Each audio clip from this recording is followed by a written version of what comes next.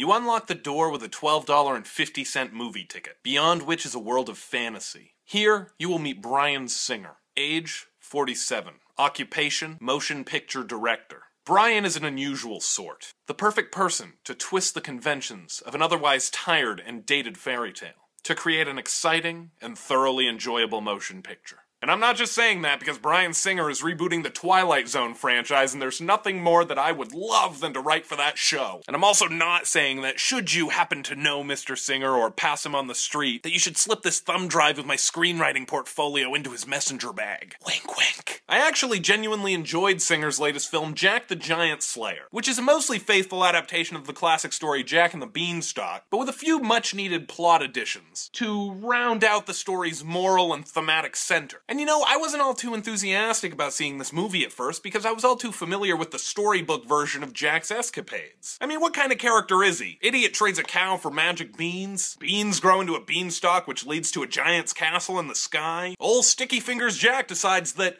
instead of, leaving, that the best course of action is to steal a golden harp and a golden egg-laying goose from a massive gentleman who sits around muttering about how he wants to grind your bones to make his bread. I mean, naturally, the giant's gonna chase the thief back down the beanstalk. But before the giant can reach him, Jack chops down the beanstalk. The giant falls, and dies, and Jack lives happily ever after. And the moral of the story is what exactly? When you make a financial faux pas instead of, learning from your mistakes, you should break, enter, steal, and murder so that you never actually have to take responsibility for your actions? Yeah, that sounds about right, Mother Goose. But in Singer's movie, before we ever even meet Jack, we meet the giants. We learn about their merciless love for grinding bones to make bread. We learn about their long ago terrible reign over the human race. And we learn about their long ago banishment to the kingdom in the sky by the great King Eric. Now, this kingdom in the sky has no access to the human world. But when Jack accidentally uses the magic beans he acquired to create a bridge between the heavens and the earth, he has put the entire kingdom in danger. Not to mention that the kingdom's thrill-seeking princess has ridden that beanstalk up to the giant's kingdom, from which Jack now has to rescue her, bring her back, and chop down the beanstalk before the giants can come back down and wreak their havoc all over again. It's about personal responsibility and following up for your actions. I'm not saying that every movie's gotta have a cut-and-dry positive message to it, but I at least appreciate a message that,